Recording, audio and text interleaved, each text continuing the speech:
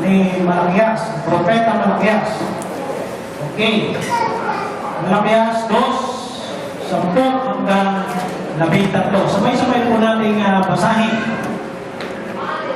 Okay? 10. Hindi ba iisa ang ating Ama? Hindi ba iisang Diyos ang lumalang sa atin? Kung gayo'y bakit nagtataksil tayo sa isa't isa at nilalapastangan ang tipan ng ating mga ninuno? Sumira ang Huda sa kanyang pangako sa Diyos, at dahil dito'y naganap sa Israel at sa Jerusalem ang isang kasumpa-sumpang pangyayari. Niyuratan nila ang templo ng pinakamamahal ni Yahweh. Ang mga lalaki nag-asawa sa mga babae sumasamba sa ibang mga Diyos. Kung sa ginawa ni Yahweh sa bansang Israel, ang sino mang gumagawa nito at huwag na silang pahintulutan pang makibahagi sa paghahandog kay Yahweh na makapangyarihan sa lahat. Kahit pa dilingin ninyo ng luha ang altar niya, kahit pa manangis kayo't dumaing, hindi na niya aluluguran ang mga handog ninyo sa kanya. Ayun po yung pwede na pang po. Bibigay liwanag sa ating binasang mga talata. Nihiling ko po na ihanda po natin ang ating mga puso, ating sarili, ating mga pakinig. Ayan po mga nagtatakbo, mga bata.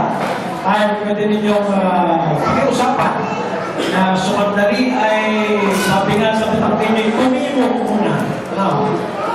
Paki-isaw-isaw po muna. Kapag ito po yung pinaka-puso o pinaka-mahalagang bahagi noong ating pagsamba ngayong umaga, dadalhin mo ni Pastor.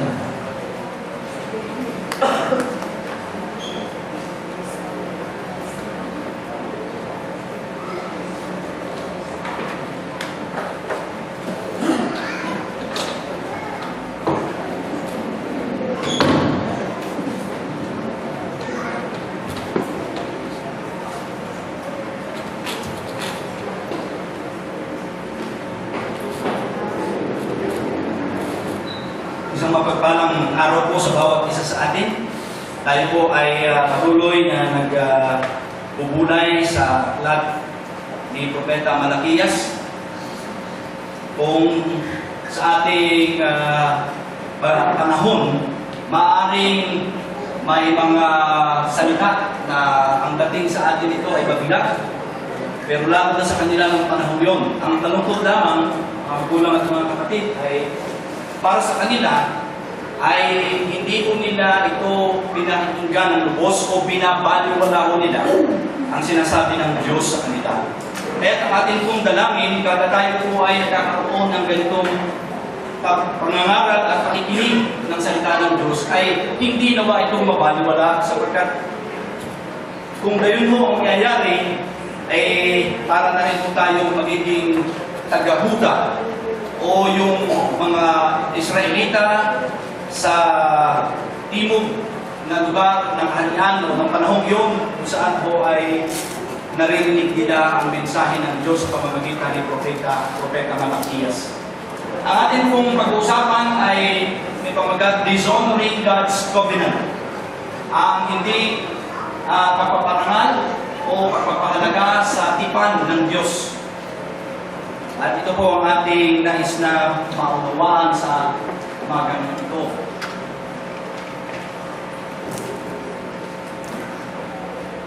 Ito, covenant ng Diyos. Ang tipan ng Diyos kay Abraham na nagsasabi siyam na taon na si Abraham, may pakita sa kanya si Yahweh, sinabi, ako ang makapangyarihang Diyos, sumunod ka sa akin at ingatan mo huwag nang walang dungis ang iyong sarili habang ikaw ay nabubuhay. Ako'y makikipagtipan sa iyo at lubang pararamihin ko ang iyong lahi. Pagkarinig nito ay nagpatira pa si Abraham. Sinabi pa sa kanya ng Diyos, ito ang tipan sa iyo.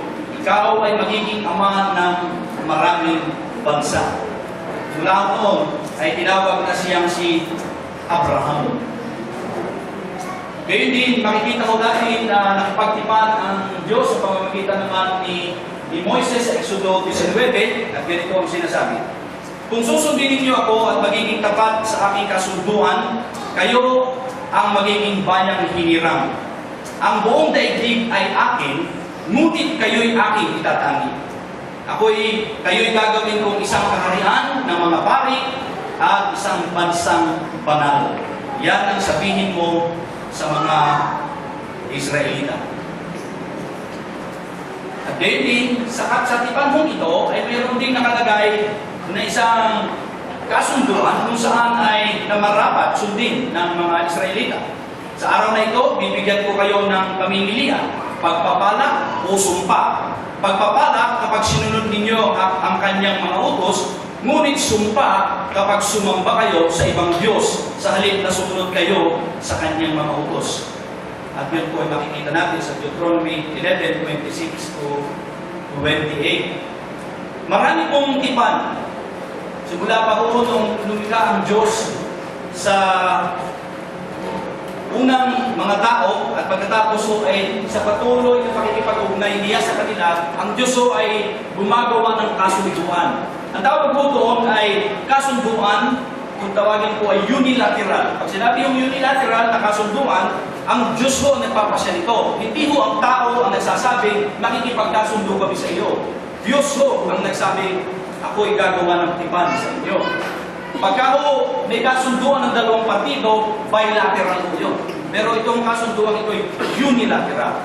Pero ang pagpapatupad ho ng kasunduan ito ay meron ng tinatawag na mutual na agreement. Ang ibig sabihin, ang Diyos ay nakipagkasundo sa Israel, pero meron mo silang pananagutang sunod sa tipang ito. Hindi ho, kung magagagalantin ng Diyos ang kanyang tungkulin bilang tapat sa kanyang tipan, at inaasahan naman ho na ang mga Israelita ay magiging tapat din sa pagsunod sa kanilang tipan sa Diyos. Ito po ang kanilang kasunduan noon. At nais natin tignan po sa ganitong diwa kung ano po ang nais naman itong sabihin sa atin sa kasalukuyan. Dahil maaaring sabihin natin na, yung palamay, naganap na noon. Kumbaga, wala nang kahalagahan ito sa atin ngayon. Maaaring iba na ang sinasabi ng Diyos sa atin. Mamaya makikita ho natin kung ito bang tipang ito ay mayroon din sa ating pakinabang kung saan tayo ba ay pumasok din sa pakipagtipan sa Diyos. So ito po ang ating uunawain matapos natin tingnan ang mga di pagpaparangan o yung tinatawag doon nating pagsasalaula ng mga Hudyo sa tinatawag nating kasunduan o tipan sa Diyos. Mahalagang maunawaan po ang tipan sa pagitan ng Diyos at ng Israel na may plano ng tipang ito. Ngunit ang pagpasok ng Israel sa tipang ito ay nangangahulugan ng kanilang pagsunod. At ngayon, tingnan po natin paano po nila dishonor o hindi pinahalagahan ang covenant na ito. Una, the leaders defile their duties. Ang mga spiritual na leader o yung mga namumuna, ang mga pari at saserdote ay kanila hong binalang bahala o binungisan, yun po ang nasalita ko, binungisan nila ang kanilang paglilingkod. Pangalawa, the people destroyed their marriages. Sinisira ho ng mga tao ang kanilang tipan sa pag-aasawa o sa kanilang mga asawa.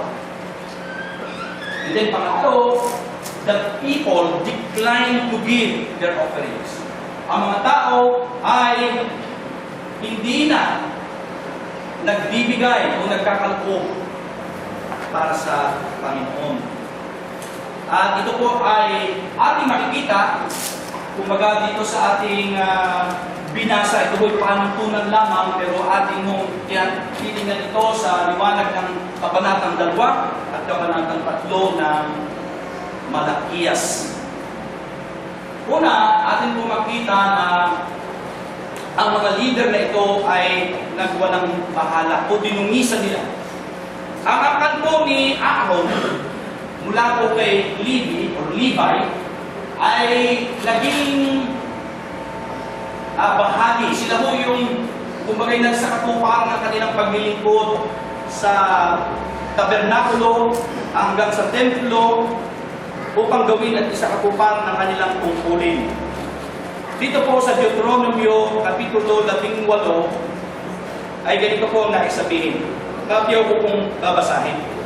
Ang mga paring Levita na buong lipi ni Levi o Levi ay hindi magkakaroon ng bahagi sa mana kasama ng Israel. So ang mga Levita po ay hindi binigyan ng lupa sa sinakop dahil ang kanilang magiging bahagi ay yung tulong o ambag ng mga ibang angkan o lipi na sa kanila ibabahaginin. Sila'y kakain ng mga handog sa Panginoon na pinaraan sa apoy at ng kanyang mana. Hindi sila magkakaroon ng mana na kasama ng kanilang mga kapatid. Ang Panginoon ang kanilang mana gaya ng sinabi niya sa kanila. So napakaganda ho ng paalaala. The Lord will be their portion. Ang bahagi po ng mga Levita ay ang Panginoon. Hindi ho sila kasama doon sa dinivide na mga lupa nung kanilang sakupin ang lupang pangako. Dahil po dito, makikita ko natin na kung yung pagpapasimula kung saan yun yung lahi ng mga Levitang ito o mga naging saserdote hanggang sa panahon ni Malakias na sinasabi natin huling propeta na nangusap sa lupang tipan ay ginagawa po nila yung kanilang pagdungi sa kanilang paglilingkod. Napag-aralan na po natin, hindi na po natin masyadong bibigyan din yun kung ano yung kanilang ginagawa. Ngunit, nabanggit lamang po dito sa Kapitulo 2, yung kanilang, sabi ko dito ay kawalan ng pagsasapuso ng kanilang paglilingkod bilang mga pare o saserdote.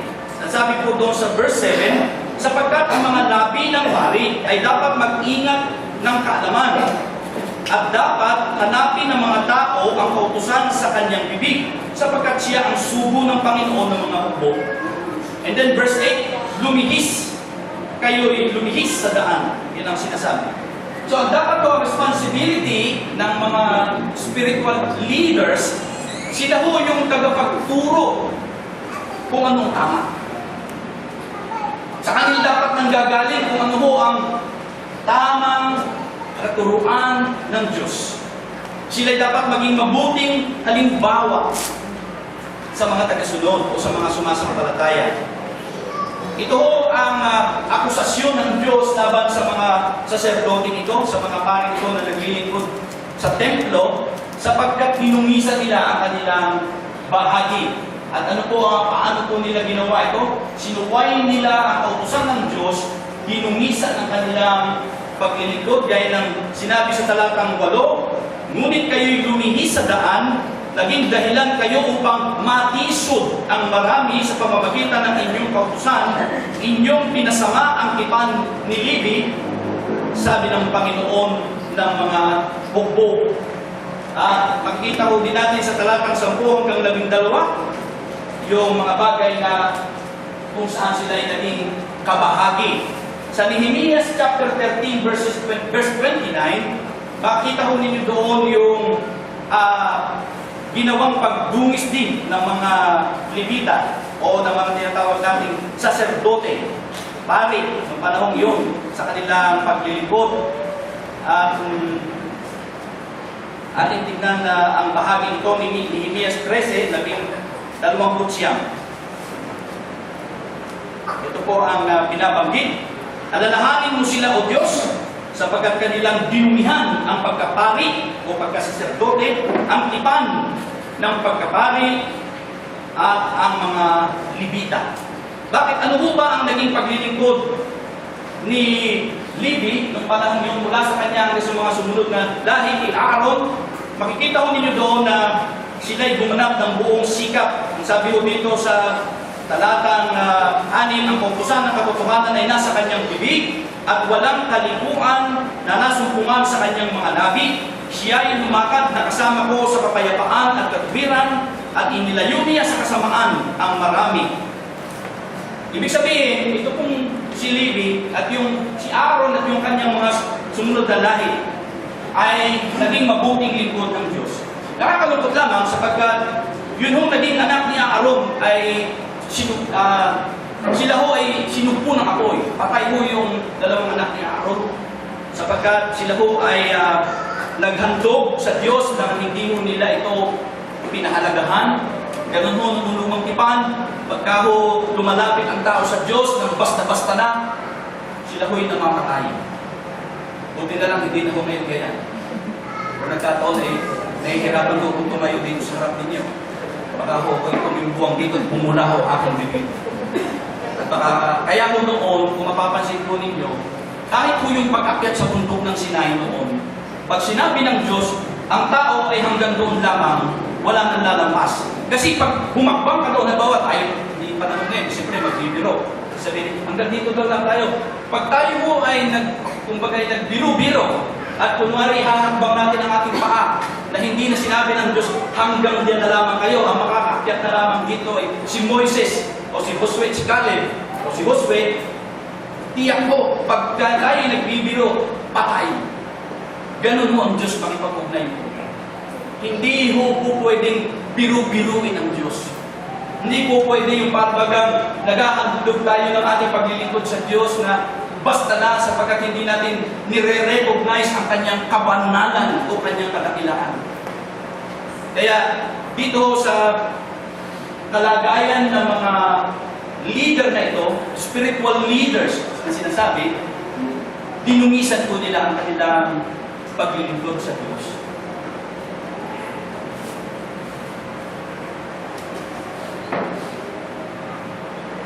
Meron isang bata na nasa tabing dagat, pinupulot ko niya ang mga starfish na nagkalat sa dalampasigan at inihahagis niyo pabalik sa karagatan. May isang lalaking lumapit sa kanya at sinabi ko ng lalaking ito, "Iho, mapapagod ka lang sa ginagawa mo. Mapapagod ka lang dahil yung mga starfish na yan ay dadalhin din muli dito ng alon. Ang mga starfish po ito, kapag kako sila ay nanatili sa pampang at hindi makabalik sa tubig, sa tindi ho ng sikat ng araw, matutuyo at pumamatay. Kaya ginagawa ko ng bata ay dinadampot at ibinabalik." Nang tapos sabihin ko ito ng lalaki, ang bata ay muling yumuko at dinampot ang isang starfish at ibinalik ulit sa karagatan. At sinabi niya ang katagang, "Para dito, mayroong kapakinabangan." Ano po ang ibig sabihin nito? Maaari hong maliit na bagay. Maaari sabihin, wala, namamatay din yan, babalik din yan.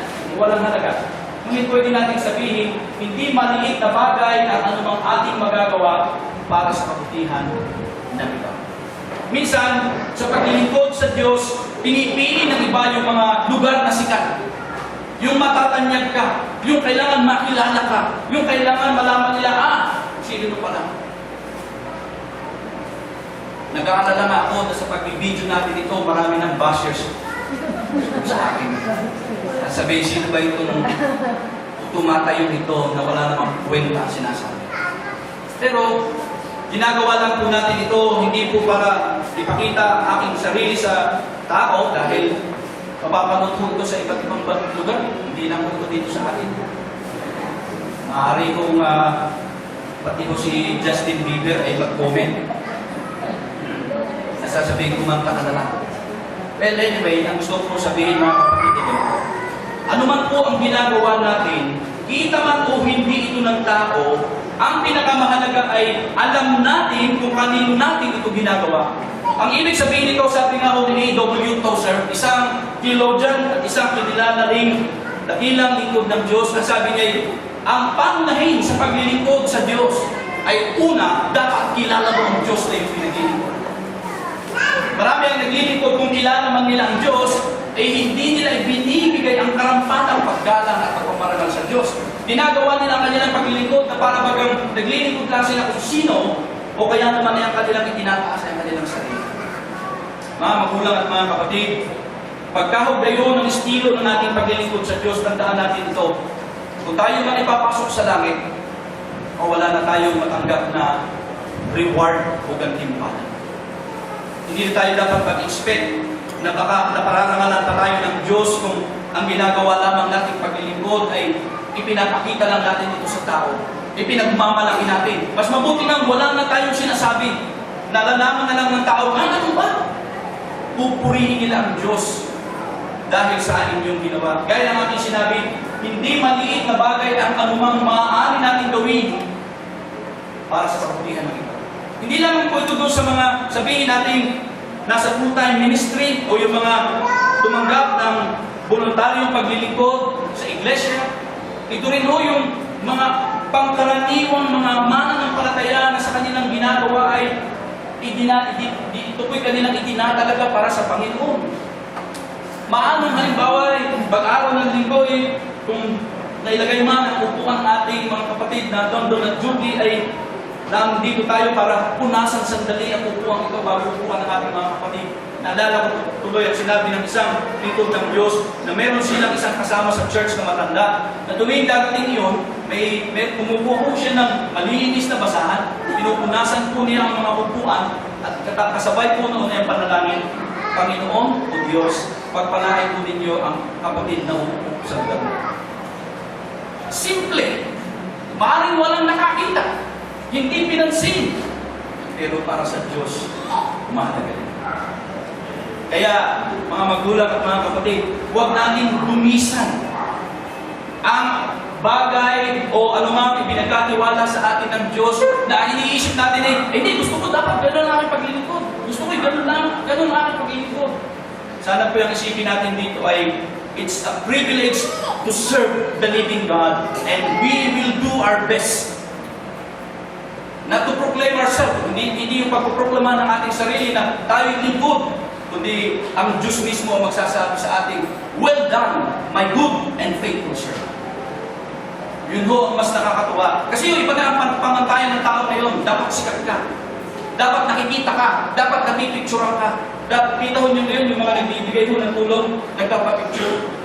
Kasi gusto ho nilang sabihin at makita ng iba na ganito kami. Ginagawa namin ito at gusto namin maipakilala sa mga taong ganito kami. Mga magulang at mga kapatid, ang mga pari o saserdote sa panahunan ni Malakias ay lumihis na, sabi nga, sa tamang daraanan sapagkat dinungisan nila ang kanilang paglilingkod. Binaliwala nila ang pribileyo na dapat ay magawa nila para sa karangalan ng Diyos na kanilang pinaglilingkuran. Ito po ang sabi sa unang Pedro 5, 2 hanggang 4. Alagaan ninyo ang kawan ng Diyos na ipinagkatiwala sa inyo. Alagaan ninyo ito ng maluag sa loob at hindi nabipilitan lamang. Yan ang nais ng Diyos. Gampanan ninyo ang inyong tungkulin hindi dahil sa kabayanan, kundi dahil gusto ninyong maglingkod, hindi bilang Panginoon ng inyong nasasakupan, kundi maging halimbawa nila kayo. At pagparito ng tinunong pasto, ang Panginoon Jesucristo, ay tatanggap kayo ng maluwalhating koronang di kukupas kailanman. Yun ho ang dapat nating hangarin, hindi ang parangal ng tao. Oo, minsan natutuwa tayong tumanggap ng mga parangal ng tao, hindi naman masama ito. Subalit, hindi ho tayo naglilingkod para doon. Hindi tayo dapat umasa na kung bayaran tayo o hindi. Bagamat, siyempre, yun ho'y bahagi ng binibigay bilang pagkilala sa pagpapagal ng mga naglilingkod. Gaya ng sinabi rito, hindi dahil kayo'y binabayaran. Dahil ang paglilingkod ko'y isang tawag ng Diyos na isang napakahalaga at napakalaking pribilehiyo ito. Hindi lahat ay mabibigyan ng ganitong pribilehiyo o karapatan. Kaya nga, sa mga naglilingkod sa Panginoon, lahat naman tayo naglilingkod sa anumang kapasidad. Huwag po ninyong hayaang maburak o maagaw o sabihin natin, ma-distort ang ating isip ng mga bagay ng sanlibutan ito na tayo po'y naghahangad na kahit paano'y makilala rin dahil sa ating nagawa. Mas mabuti pang hindi na tayo nakilala ng tao, pero ang ginawa natin ay hindi mabubura kailanman sa kalangitan. Sapagkat ang Diyos na mayroong isang uri ng CCTV na hindi kayang i-provide dito sa sanlibutan. Ang nakakakita ng lahat ng ating sinasabi, iniisip, sinasabi, at ginagawa. Wala tayong nagtatago sa Kanya. Alam ng Diyos kung ang ating paglilingkod ay parang bugnot na tayo at ginagawa na lang natin iyan para masabi naman ng tao ay naglilingkod siya. Pero alam niya ng Diyos. Alam ng Diyos kung ang ginagawa natin ay ayaw na natin gawin, pero napipilitan na lang tayo para hindi naman masabi nila na hindi tayo naglilingkod. O kaya pangkaraniwan para sa atin ito. Baka sabihin naman nila, yun, laging ganun mo ang tao mag-isip. Baka sabihin naman nila, sinong nila? Ng tao. Mas nakakatakot, o dapat natin sabihin ganito, baka alam ng Diyos ang aking ginagawa, baka ang Diyos, sabihin naman ng Diyos, wala akong pagbibigay dangal, o wala akong pagpapahalaga sa Kanya na Diyos na aking pinaglilingkuran. Mga kapatid, huwag natin i-dishonor ang tipang ito na meron tayo sa Diyos sa ating paglilingkod. Pangalawa, ating makikita, the people destroyed their marriages. Ang mga tao'y sinisira ang tipan sa kanilang pag-aasawa. Ating pong makikita na sa talatang 14 at 15, sinabi po ito sa pamamagitan ng Panginoon sa pamamagitan ng Propeta Malakias. Gayon ba inyong sinasabi? Saan ang dahilan? Sapagkat ang Panginoon ay saksi sa pagitan mo at ng asawa ng iyong kabataan na ginawan mo ng kataksilan bagaman siya ay iyong kasama at iyong asawa sa pamamagitan ng tipan. Mga kapatid, ang pag-aasawa po sa bansang Israel noon, kapag ang babae ay nagkaroon ako ng monthly period, pwede ka na. Pwede na. Kaya ho, yun mong kanilang edad, kung 12 o 13, pwede na mong mag-asawa. At ang pakikipag-asawa ko noon ay hindi mo nagliligawan katulad mo ngayon na yung parang ito ho ay matandaan. Ito ho ay agreement between both parents. Parang sinasabi na lang ng magulang, o yan, aring aking binata, yung dalaga, pag-isawahin na natin. So wala na akong problema doon. Pero, sa diwang ito, sa kalagayan ito, ang sabi mo ng Panginoon ay, sapagkat ang Panginoon ay saksi sa pagitan mo at ng asawa ng iyong kabataan na ginawan mo ng kataksilan, bagaman siya ay iyong kasama at iyong asawa sa pamamagitan ng tipan. Sa kanila pong kalagayan kasi noon, makikita rin natin ito ay pinansin ng Diyos na naroon din mo yung tinatawag nating separation o paghihiwalay. At ang sabi ho sa talatang 16, namumuhi ang Diyos sa paghihiwalay ng mag-asawa. Dapat tandaan niyo yan. Mga kabataan, please be reminded, namumuhi. God hates divorce. Hindi ho yan baliwala. Hindi ho yan para sabi natin, well, so what? Hindi. Mabigat po ito. Ito po ay dala hanggang sa bagong tipan, hanggang sa atin ngayon. Namumuhi ang Diyos saan? Sa hiwalay. Bakit po napakahalaga nito? Sapagkat ang pag-aasawa, ang institusyon, shall we say, the first institution na i-establish ng Diyos. Ang pag-aasawa sa Genesis chapter 2. Yan ho ang una. Wala pa hong church. Wala pa ho ang gobyerno. Wala pa ho ang ibang mga institusyon. Ngunit, sa pagitan ni Eva at ni Adan, o ni Adan at ni Eva, itinatag ng Diyos ang pag-aasawa. Kaya sa Diyos, napakahalaga ng pagsasama ng lalaki at babae. At yun ang pagsasabi na sila ay magiging isa. Look at verse 15. Dito po sa Malakias chapter 2. Ngunit wala ni isang gumawa niyon na mayroong nalabing espiritu. Ang ginawa niyang naghahanap siya ng lahing makadiyos. Kaya't ingatan ninyo ang inyong espiritu na huwag lang hayaan ang sino man ay magtaksil sa asawa ng kanyang kabataan.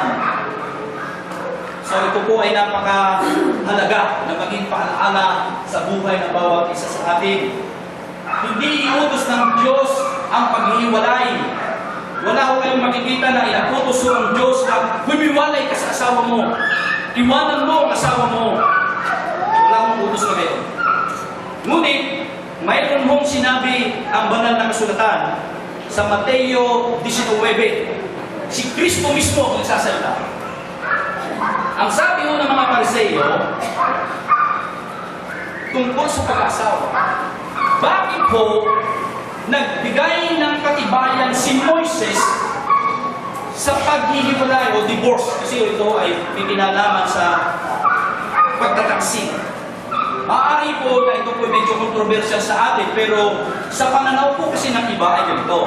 Kapag ang iyong asawa ay nagtaksil sa iyo, ikaw ay hindi, ang iyong asawa ay nagtaksil sa iyo, ganito. Mayroon kang karapatang hiwalayan siya, okay? Bibigyan mo siya ng tinatawag na divorce certificate. Siya, hindi siya pwedeng mag-asawa sa iba, ikaw pwede. Basta hindi ka nagtaksil. Ang pinipigilan o ang binabawalan ng mag-asawa ay yung nagtaksil. Yun ho ang mga manugya. Pero yung nag-divorsyo dahil siya ho ay ginawa ng masama ng kanyang asawa, yun ho sa tingin po ng iba ay binibigyan ng karapatan. Kaya naman, ang gusto po natin sabihin, kasama po dito sa sinabi ng Panginoong Jesucristo sa Mateo 19 ay, ang sino mang pinagsama ng Diyos ay huwag paghihiwalayin ng tao. Kaya ano po ang diwa na gusto natin sabihin? Ano nga ang pwedeng interpretasyon doon? Ang pwede natin sabihin ay ganito, hindi iniuutos ng Diyos kailanman ang paghihiwalay. Kung dadating sa point na magkakasira ang mag-asawa o magkakaroon ng matinding conflict, dapat ang pinakamabuting magagawa ay una, kung parehong mananampalataya. Dahil nakakalungkot mga kapatid, hindi lang po nangyayari ang hiwalayan ngayon sa mga, sabihin natin is, sa community of unbelievers. Kahit din po sa pamilya o sa buhay ng mag-asawa, parehong mananampalataya. And even pastors separated from their wives. At nag-aasawa uli ng iba ang pastor.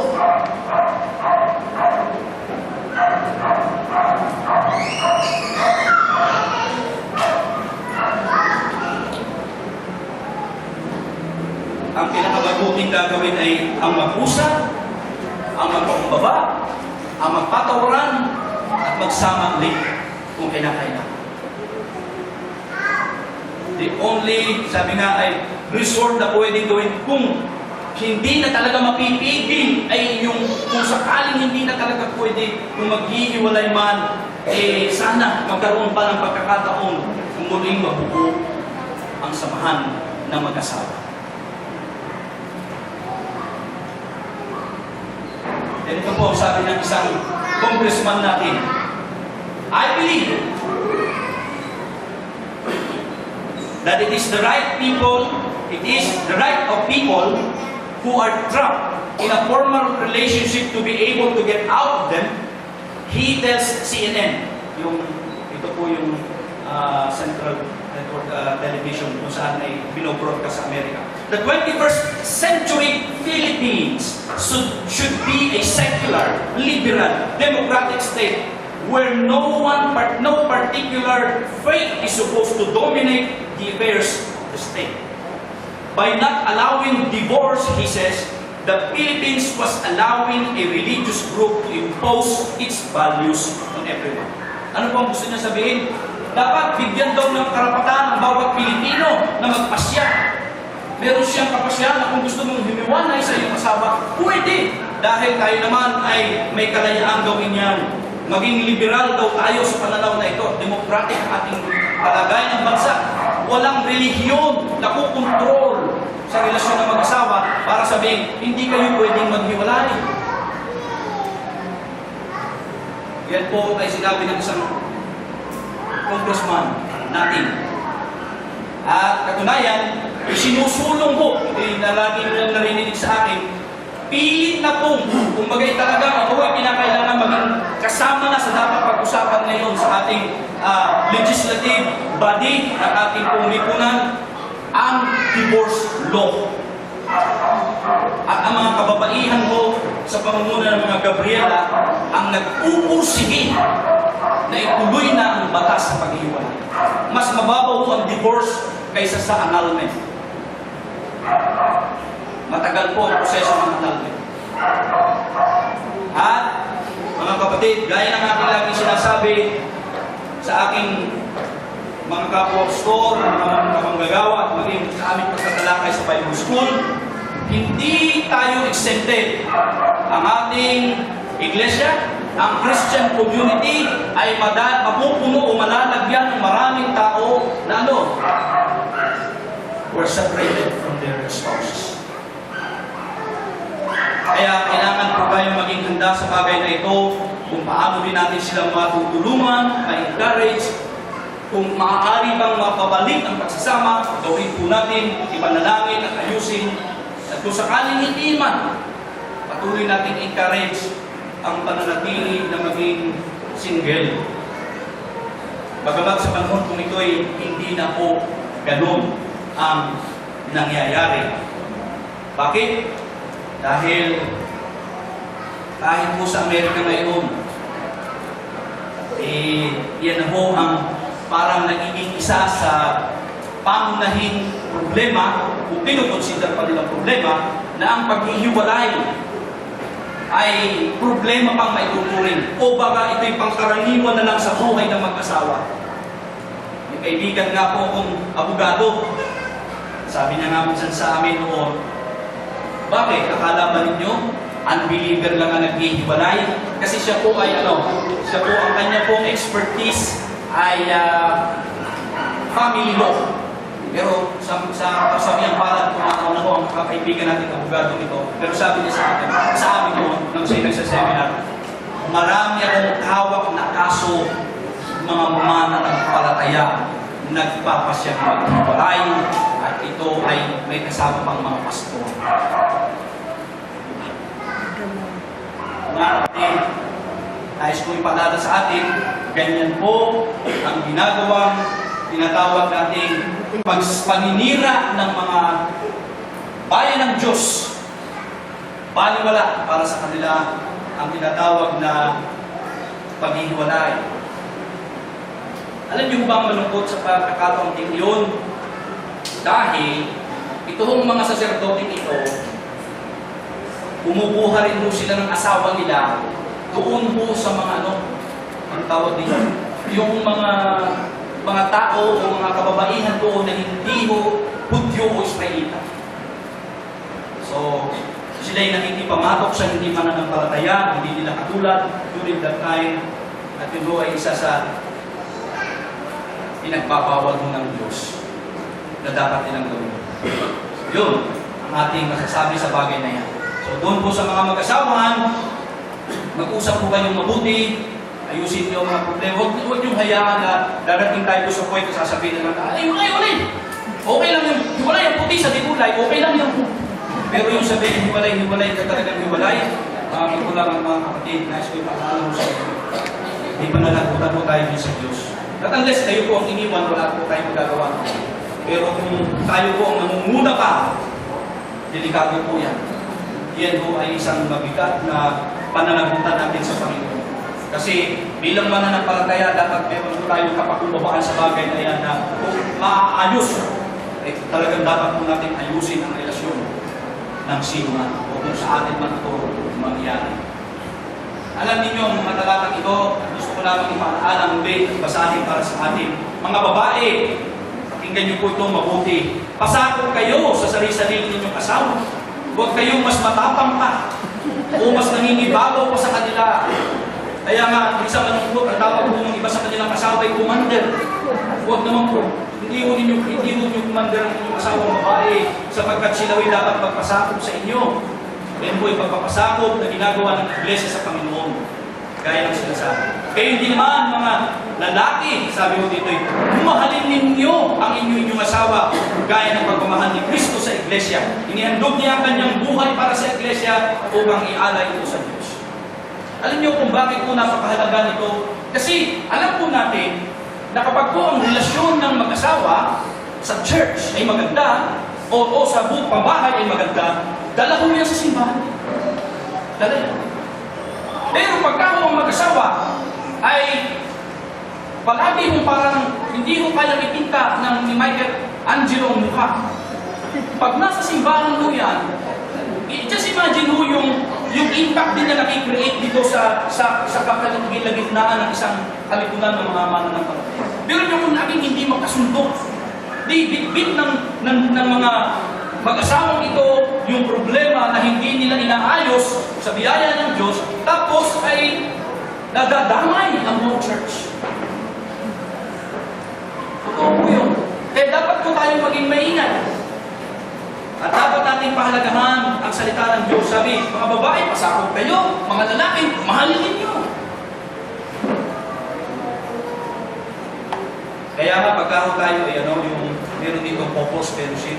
Nakakatuwa at nakakapagbagoob din naman na isang balik yung alaala. Kasi, minsan nakakalimutan na rin talaga natin yung ating supa.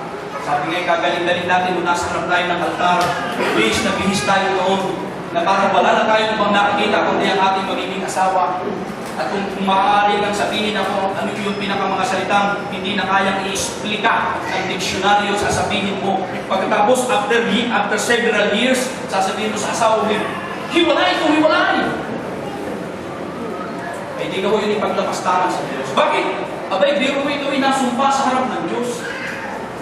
Na sinasabi mo, ikaw ang bigay ng Diyos sa akin. Kailangan ka pa ninyong God gave me you.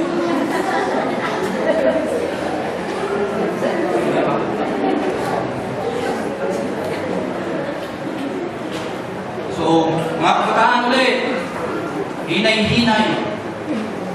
Sabi nga ni Lola ni Dora, may tamang panahon.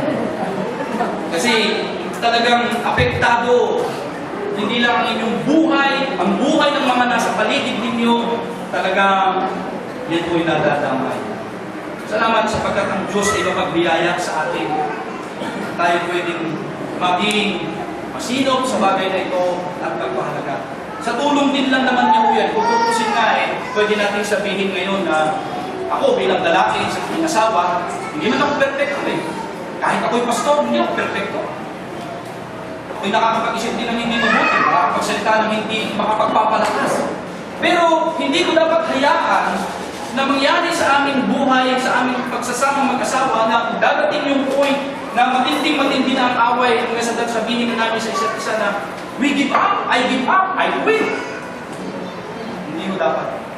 Kumbaga dapat nating bantayan ang ating mga damdamin, ating isip, ang ating nakikita. Ito po ay napakahalaga para sa kapakanan hindi lang ng ating sariling buhay, ng ating pamilya, ng church as a whole. Dahil meron nga nagsabi na ang matatag na pamilya ay magdudulot ng matatag na lipunan. So pwede natin sabihin ngayon, ang matatag na pag-asawa, ang relasyon ng mag-asawa, ay magbibigay ng magandang matatag na relasyon ng iglesia. Finally, the people declined to give their offerings. Chapter 3 po tayo. Kasi hindi isang linggo na lang po, hindi na po natin kaya dagdagan pa, tatapusin po po for this month. Chapter 3, verses 8 and 9. Ganito po sabi ng Propeta Melquias, nanakawan ba ng tao ang Diyos? Dahil may ninanakawan ninyo ako, ngunit inyong sinasabi, paano namin ninanakawan? Sa mga ikasampung bahagi at sa mga handog, kayo'y isinumpa ng isang sumpa, sapagkat ninanakawan ninyo ako ng buong bansa. Ito ay sabi ng Panginoon. So makikita ko natin na bakit dumating sa point na binabanggit ng Diyos yung salitang ninanakawan. Bakit ninanakawan ng mga tao ito ang Diyos na binabanggit po dito? Ano ang dahilan?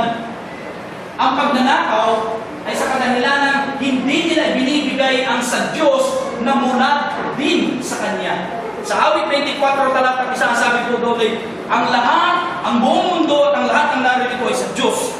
Wala tayong pag-aari diyan. Wala. Ngayon, maging tayo ay sa Diyos. Pag hindi mo binalik yung para sa Diyos, yun ho ang sinasabing, ninanakawan mo ang Diyos. Actually, hindi naman ko hinihingi ng Diyos lahat eh. Hindi naman sinabi ng Diyos, ibigay mo lahat. Lahat. Walang matitira sa iyo. Di. Ang sinasabi ko sa lumang tipan, doon po sa kanilang kautusan noon ay ikasampung bahagi o yung pag-ahandog na ginagawa nila noon para sa Panginoon na kanila rin binabasta-basta.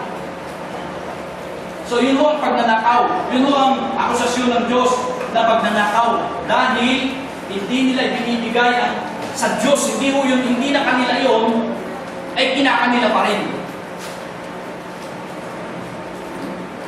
Nagbigay ang Diyos sa kanyang bayan ng challenge. Ano sabi niya ho sa verse 10? Verse 10. Dalhin ninyo ang buong ikasampung bahagi sa kanilang upang magkaroon ng pagkain sa aking bahay at sa gayoy subukin ninyo ako ngayon, sabi ng Panginoon at ng mga hukbo. Tingnan ninyo kung hindi ko bubuksan para sa inyo ang mga bintana ng langit at ibubuhos ko sa inyo ang isang pagpapala na walang sapat na kalalagyan. Ang problema po noong panahon iyon, ang mga Levita, ang mga saserdote ay bumalik na sa bukirin sapagkat wala na akong ibibigay nga ng kanilang handog na supposed to be ay siyang ibinabahagi sa mga naglilingkod sa templo. Wala na nagbibigay, kaya bumalik na sila sa kanilang bukirin. Makikita mo ninyo yan doon sa mga pahayag ng Diyos sa kay Ezra at kay Nehemiah kung saan po ay isa sa akusasyon ng Diyos ito sa kanila. At kaya ang sabi ng Panginoon ay ganito, dalhin ninyo sa bahay ng Diyos ang inyong mga handog at tignan ninyo kung hindi ko bubuksan para sa inyo ang bintana ng langit at ibubuo sa inyo ang isang pagpapala ng walang sapat na kalalagyan. Ang pangako ng Diyos sa kanila ay pagtupad sa kanyang utos. Aking sasawayin ang mananakmal alang-alang sa inyo, kaya hindi nito sisirain ang mga bunga ng inyong lupa at ang inyong puno ng ubas sa barak ay hindi mawawalaan ng bunga, sabi ng Panginoon ng mga hukbo. Tatawagin kong mapapalad ang lahat ng mga bansa. Tatawagin kayong mapapalad ng lahat ng mga bansa sapagkat kayo'y magiging lupain ng katuwaan, sabi ng Panginoon ng mga hukbo. Mga kapatid, dito po ay mayroong tinatawag tayo parang premise ito na kung saan yung pag-issue mo ng blessing, material, pwede po rin natin, sabi nga, as a principle, ay i-draw o kunin. Na parang, ibig sabihin ganito, as we bring to the house of the Lord yung ating mga tithes and offering, sabi ko dito ay, hindi ang Diyos magkukulang sa atin to bless us materially speaking. Yun ang binabanggit dito. Kaya, ang sabi ko dito ng Panginoon ay, malalaman din naman ng mga bansa na kayo ay mapala. So, ano po ang ibig sabihin nito para sa atin ngayon? Mga kapatid, meron pong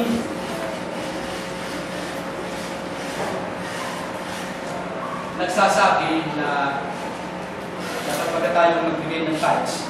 Dapat ba tayo magbigay ng handog sa Diyos? Kung ang Diyos ay kanya na lahat, tayo magbibigay. We can give without loving, but we cannot love without giving. May mga nagsasabi na hindi naman kailangan magbigay ng ikapuong handog para sa Diyos dahil wala na tayo sa lumang tipan. Yes, of course, wala na tayo sa lumang tipan. Tayo po ay nasa henerasyon na kung saan ay lampas na rin tayo, may tuturing sa bagong tipan. Pero sa tayo dito, kung wala man tayo sa lumang tipan, ano po ang pwede nating sabihin sa bagay na ito? Ang ating ginagawa bilang pagsunod doon sa sinabi ng Panginoong Jesucristo na siya'y naparito hindi po pang walain o hindi pahalagahan ang kautusan kundi upang tuparin ito. Hindi direktang sinabi na ipinagbabawal sa bagong tipan, bagamat ang sabi ni Apostol Pablo ay magbigay ayon sa inyong kakayanan ng may kasiyahan.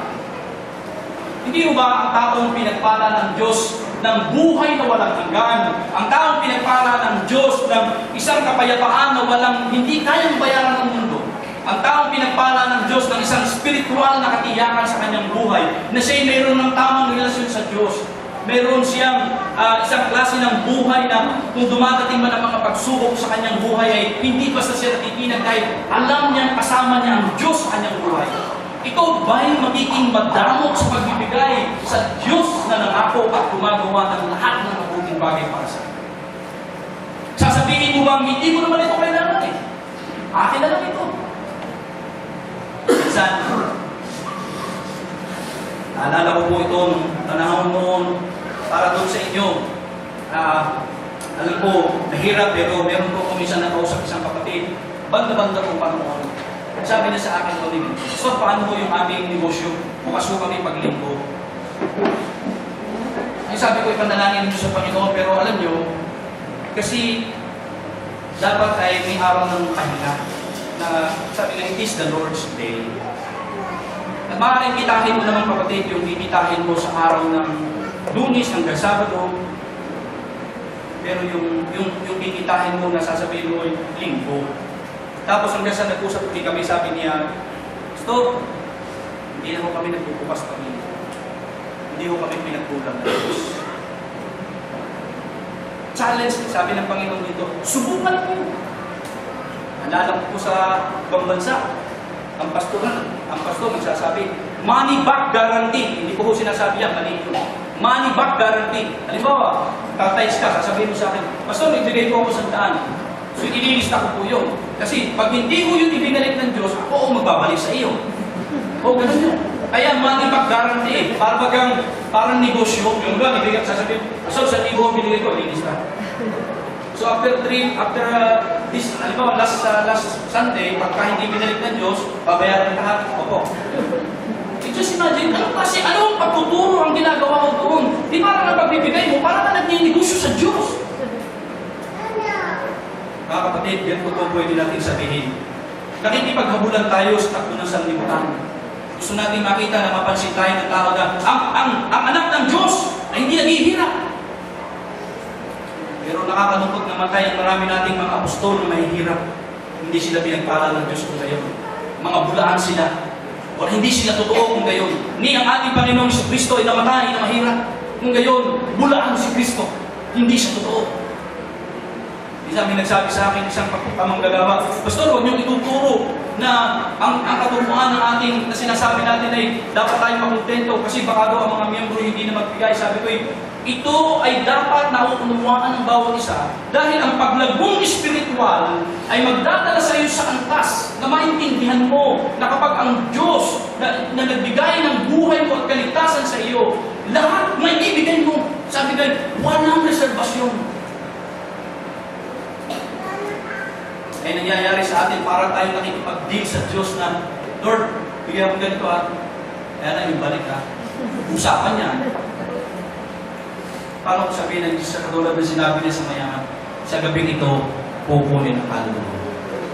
Hindi tapos ka. Wala kang laban doon. Kasi Diyos ang may bigay. So siya rin ang pupunin. So mga magulang at mga kapatid, pangit pa, kung sinasabi mga iba, wala na tayo sa ulubag, utubang tipan. Hindi tayo dapat magbigay niyan. Ang gusto kong sabihin sa inyo ay ganito. Ang pagmamahal sa Diyos ay hindi lilimita sa ating kalagayan kung wala man tayo doon.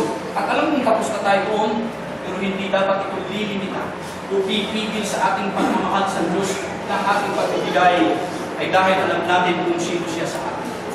At yun po'y para sa atin ito. Masasakit ang sinabi ninyo tungkol sa akin, sabi ni Yahweh. Ngunit ang tanong ko, ano ba ang sinasabi namin laban sa inyo? Sabi ninyo, walang saysay ang maglingkod sa Diyos. Ano ba ang mapapala natin sa pagsunod sa kanyang mga utos o sa pagpapakita natin kay Yahweh na nagsisisi tayo, na nagawa natin kasalanan? Hindi ba kung sino ang palalo ay siya pang pinagpapala? Hindi lamang nananagana at ang masasama, kundi sinusubok pa nila ang Diyos sa paggawa nila ng kasamaan, ngunit hindi sila pinarurusahan. Ganito po ang pag-iisip ng mga leader sa panahon ni Malakias at ang mga tao. Parang gusto nilang sabihin na, ay kung yun lang, yung mga hindi gumagawa sa Diyos, pinagpapala niya eh. Ay kami pa. Kaya, ang sabi nila, Wala na silang gana, wala na silang saysay, wala nang kabuluhan pa ang maglingkod o magbigay sa Diyos. Wala na. Sarilinin na lang natin ito dahil pantay-pantay lang naman tayo katulad ng mga hindi mananampalataya. Pero doon sila nagkamali. Ito po ay isip ng mga taong walang tunay na pagkilala o pagkaunawa kung sino ang Diyos nila. Kaya tayo naman, sa panahon natin ito, ay hindi dapat ganito mag-isip. Ano po ang sabi sa kawikaan? Parangalan mo si Yahweh sa pamamagitan ng iyong kayamanan at mula sa iyong mga pinakakamainam na ani, siya ay iyo ring handugan. Sa gayon, kabalig mo ay lagi ng aapaw, sisidlan ng inumin at hindi ka nga matutuyaan. Mga kapatid, yun ang sinasabi natin, ang principle of giving and receiving. Hindi dahil umaasa ka sa bigay o sa kapalit, dahil ang Diyos ay hindi makakautang sa atin. Hindi kayo. Ang ating tapat na buong pusong pagbibigay sa Diyos ay babalikan niya ng karampatang gantimpala dahil mamutabuti ang Diyos. Now, ano po ang masasabi natin under the new covenant? Tayo ngayon, sabi natin, tapos na ang lumang tipan. Sabi natin dinishonor ng mga unang lingkod ng Diyos ang kanyang tipan. Paano naman tayo ngayon? Ano po ang new covenant? Ngunit kayo isang lahing pinili, grupo ng maharlikang pari, isang bansang nakalaan sa Diyos, bayang pag-aari ng Diyos upang magpahayag ng mga kahangahangang ginawa niya. Siya ang tumawag sa inyo mula sa kadiliman patungo sa kanyang kahangahangang kaliwanagan. Kayo hindi bayan ng Diyos noon, ngunit ngayon, kayo bayang hinirang niya. Noon, pinagkaitan niya kayo ng habag, ngunit ngayon, tinanggap na ninyo ang kanyang habag. Unang Pedro 2, 9 hanggang 10. Nananatili po ang tipang ito. Ito po'y sinabi ng Apostol Pedro noon bilang salita ng Diyos at ngayon ay ito rin po ang sinasabi sa atin dahil sa ating kaugnayan kay Kristo na gaya ng sinabi sa Hebreo 9:15. Kaya nga si Kristo ang tagapamagitan ng bagong tipan. Sa pamamagitan ng kanyang kamatayan, ipinatawad ang paglabag ng mga tao noong sila'y nasa ilalim pa ng naunang kasunduan. Dahil dito, makakamta ng mga tinawag ng Diyos ang walang hanggang pagpapala na kanyang ipinatawad. We are now under the new covenant sa pamamagitan ni Kristo. So, ano ang ibig sabihin nito? May responsibilidad tayo sa Diyos. Hindi natin pwedeng baliwalain niya. Napakalinaw na sa pamamagitan ni Kristo, pinatawag tayo sa ating mga kasalanan. At ang sabi dito, si Kristo ang nananatiling tagapamagitan natin sa Diyos. At hindi tayo pwedeng mabago. May pananagutan po tayo. Ano po ang dapat natin gawin ngayon? Bilang pagtatapos, we are called to stay faithful in our covenant with God. Una, gusto natin sabihin, maglingkod tayo na may katapatan at kasipanan. O kasi. Nananawagan po ako, bigay natin ang ating panahon, oras sa paglilingkod. Hindi mo pinakailangan malakihang paglilingkod. Sa anumang kapasidad na binigay sa inyo ng Diyos, tumulong po tayo. Tanungin ninyo ba mga kapatid sa anong aspeto pwede tumulong? Pwede makadami.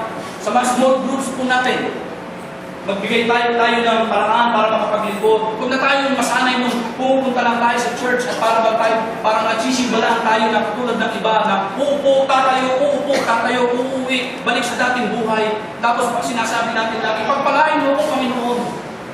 Sala ho tayo sa lugar pagkagayon kasi parang hindi natin naranasan ang tipan o kasunduang ibinigay ng Diyos sa atin. Secondly, maging tapat tayo sa ating sinumpaan sa kabiyak ng puso na katulad sa atin ng Diyos. Kung tayo may asawa na, manatili po tayo tapat sa Kanya. Sabi ko, walang perfectong relationship, but let us remain faithful to our spouse, sa ating mga kanya-kanyang asawa. Lalaki man o babae. Kung hindi maging tapat ang ating asawa, ipanalangin natin sa Diyos yun na maging maayos ang ating pagsasama. At least, let's be faithful. Sa mga kabataan, dahil ito sinasabi ito, hanapin ninyo ang kalooban ng Diyos sa inyong buhay. Huwag kayong makipamakok sa hindi mananampalataya. Hanapin ninyo ang kalooban ng Diyos sa inyong buhay and remain faithful. Hanggang sa dalhin kayo sa altar, marap sa altar, at mangako kayo sa inyong katipan o sa inyong magiging asawa, and most especially sa Diyos. And then finally, magparangal tayo sa Diyos mula sa mga kaloob na sa ating yamak, alam natin na siya hindi nagkakait ng lahat ng mabuting bagay para sa atin. Let's give to God what is due to Him. Kanya yun, hindi na yung ating. Kung tutusin, 10% lang ang ating ibinibigay, na 90%, the rest atin na. So mga kapatid, nawa, bago natin iwanan sa puntong ito, ating pag-aaral bago tayo dumating sa susunod na linggo, nakita po natin ang mga bagay na ito na ating naisasagot. Masasabi natin din, kaya ng mga naglingkod sa Diyos, hindi madali. At sa ating panahon, hindi madali. Pero ito pong pwede ko sabihin, God is faithful. God is gracious. Alam ng Diyos ang ating puso kung sinasabi natin, Panginoon, gawin mo kung matapat sa iyo. Gusto kong maglingkod. Gusto kong maging mabuting asawa o isang mabuting manliligaw sa aking nililigaw believer o sa aking nililigaw sa aking believer, maging mabuti rin ako. And finally, yung ating pagkakaloob sa Diyos.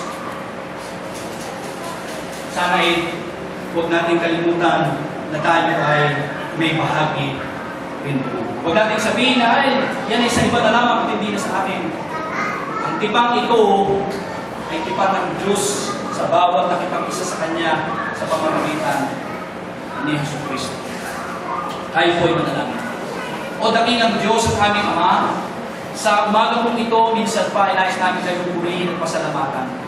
Na ang iyong mga salita ay malaya namin napapagulayan sa lugar na ito, walang sagabal, na wala kami kinatatakutang may dating ditong tao para kami ay pigilan o kaya ay busalan upang hindi na may pahayag ang iyong mga salita. Habang narito pa kami sa ganitong kalagayan at kalayaan, tulungan mo po kami, Panginoon, patuloy na ito ay unawain sa tulong ng Espiritu Santo. Huwag nawa namin ipagwalang bahala ang aming mga naririnig dahil baka isang araw ay mahuli ang lahat at maging kami mismo sa aming sarili ay hindi nakaunawa ng lubos sa iyong mga sinasabi. Dahil sinabi ninyo sa pamamagitan nga ng Panginoong Jesucristo, ang may pangdinig ay makinig. Panginoon, tulungan mo kami maalagaan ang aming buhay sa pamamagitan ng aming patuloy na matapat at masigasig na paglilingkod. Huwag sanang dumating sa punto ng aming buhay na kami ho'y manlulupaypay o mawawala na ng ganang maglingkod sa iyo.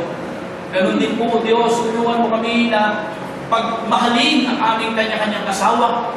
Na kahit alam namin hindi kami perfecto, nakapag-iisip din kami ng hindi mabuti at nahuhulog sa kasalanan, huwag mong hayaang dumating sa punto ng aming buhay na kami maghihiwalay.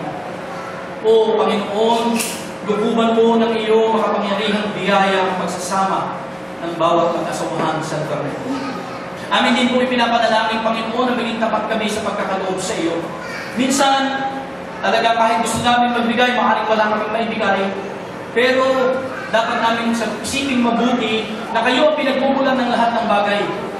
Hihingin din namin sa inyo, O Diyos, ang aming ibibigay. Kaya kung ibinigay naman ninyo sa amin, huwag naman namin ipagdamot sa inyo. Inyo ang lahat na nasa amin, maging ang aming sariling buhay, at lahat ng aming tinatangkilik, Panginoon, kaabagan ninyo kami. Magawa namin ang lahat ng ito dahil lamang sa inyong biyaya na walang pagmamalaki sa aming sarili. Upang kung malalaman na ng iba ito, hindi dahil aming ipinagsabi, magpupuhin din sila sa inyo sapagkat nakita nila ang kagandahang loob na ginawa ninyo sa amin na makapagbibigay din ng kalakasan ng loob para sa kanila. Tinanggap na po namin ang inyong pagpapala at ibinabalik naman namin sa inyo ang aming kapuri sa salamat. Sa anak kay Jesus.